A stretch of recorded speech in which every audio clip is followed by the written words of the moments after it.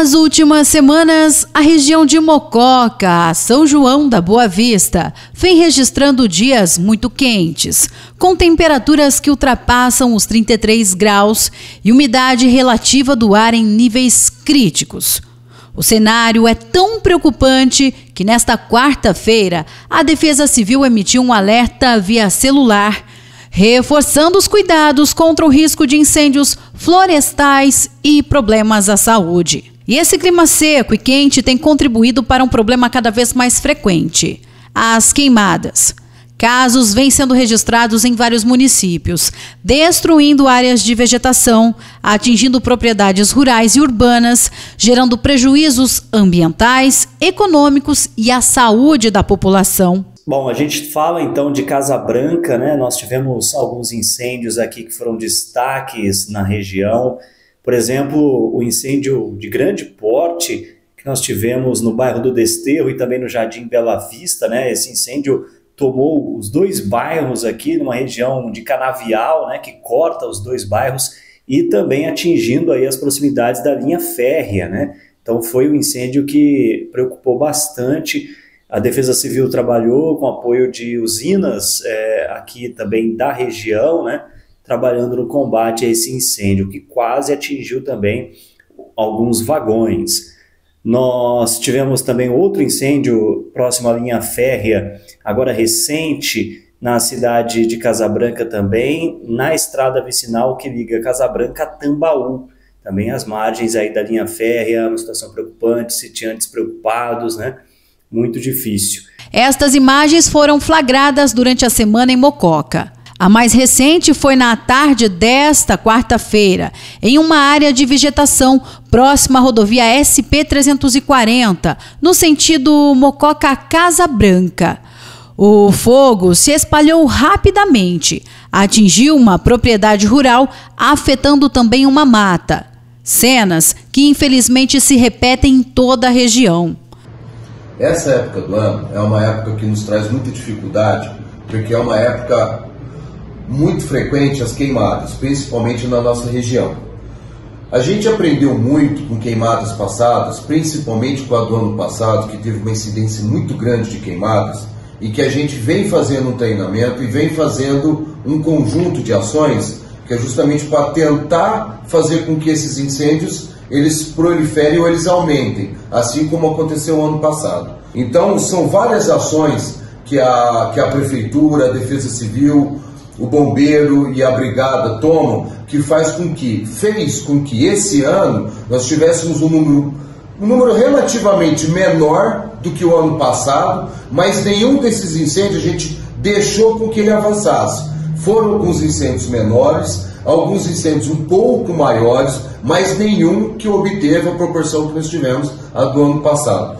O próximo passo nosso para trabalhar nos próximos anos é não só chegar no incêndio e fazer com que ele avance, é tentar prevenir. Esse ano a gente tentou a prevenção, a gente fez patrulhamento rural com a Guarda Municipal, nas estradas onde a gente tinha uma incidência maior de incêndio, mas mesmo assim alguns focos ainda foram avistados nesses locais. Então, para o ano que vem, para esse ano ainda, porque a gente ainda está nesse período de seca, mas a gente tem acompanhado, parece que no máximo mais uma semana vai começar um período de chuva, que vai nos trazer um pouco mais de tranquilidade com relação a essas queimadas que a gente tem, que é relativa a esse ano. Mas a gente já está tentando fazer uma outra forma também de aumentar essa prevenção nossa. E a situação deve continuar alarmante. A previsão do tempo aponta para mais dias de sol forte, temperaturas elevadas e a umidade relativa do ar muito baixa. Sem chuva à vista, o alerta de risco de incêndios segue valendo para toda a região. Bom, e para falar sobre esse assunto, nós vamos falar com o Tenente Maxwell de Souza, que é porta-voz da Defesa Civil do Estado. Bom, começa esse clima seco, junto com ele vem a preocupação, né, com as constantes queimadas, né, começa a ligar também um alerta no estado todo. Tenente, como está o cenário das queimadas neste momento no estado de São Paulo? Olá, Michele, um prazer falar com vocês, com todos os amigos da região. Nós estamos com alerta para incêndios em praticamente todo o interior do estado de São Paulo. Isso porque praticamente parte do estado está sem chuva já há muitos dias. Chuvas fracas, em baixíssimo volume de chuva, e isso leva a um nível crítico de secura no ambiente, no ar. Inclusive a umidade relativa do ar tem também estado muito baixa nos últimos dias. Algumas cidades do interior ontem registraram 16% de umidade do ar, que é baixíssimo, considerando que a Organização Mundial de Saúde considera 60% de umidade algo favorável, satisfatório para a saúde humana. Então qualquer coisa abaixo disso já oferece risco para a saúde das pessoas, e quando a gente chega em abaixo de 30% de umidade do ar, eleva-se o risco para incêndios. Então realmente a gente está em nível de alerta para queimadas, um cenário favorável para isso, com temperaturas passando dos 30 graus, com umidade muito baixa e ventos. Os ventos ajudam a espalhar o fogo mais rápido. Então o sistema de defesa civil está em alerta e a gente tem orientado a população a adotar algumas medidas importantes para evitar incêndios. Tanto é que a própria CETESB não está autorizando nenhum tipo de queima prescrita, considerando esse período crítico. Por isso, não é momento para ficar fazendo queimada. Tenente, quais são os fatores que mais contribuem, além da questão do clima, né, para esse aumento de queimadas, além do clima? O clima ele é um fator preponderante porque ele é um facilitador para o incêndio começar.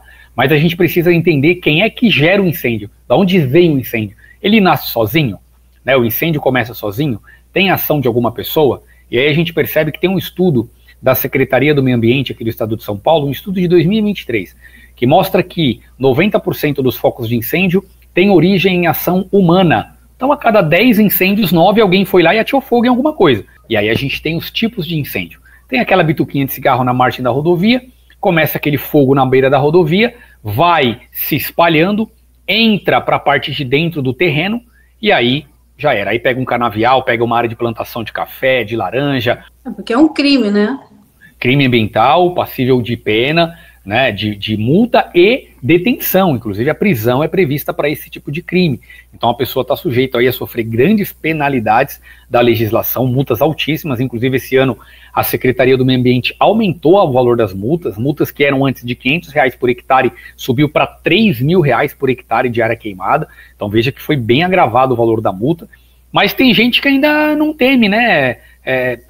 Acha que não vai acontecer nada e acaba fazendo, e aí depois que tem a fiscalização reclama ainda da fiscalização, mas a gente age dessa forma que é para o bem coletivo. Gente, criança e idoso sofrem muito nesse período, eles já naturalmente já sofrem com ar seco, e ainda com fuligem agrava o quadro respiratório, aumenta as doenças nesse período, rinite, asma, bronquite, sinusite, tudo isso fica muito piorado nesse período do ano. Esses incêndios muitas vezes atingem a rede elétrica. Quantas vezes as cidades ficaram sem luz porque o fogo pegou o sistema de rede elétrica, atinge as estações elevatórias de fornecimento de água, aí desliga as bombas, para de fornecer água.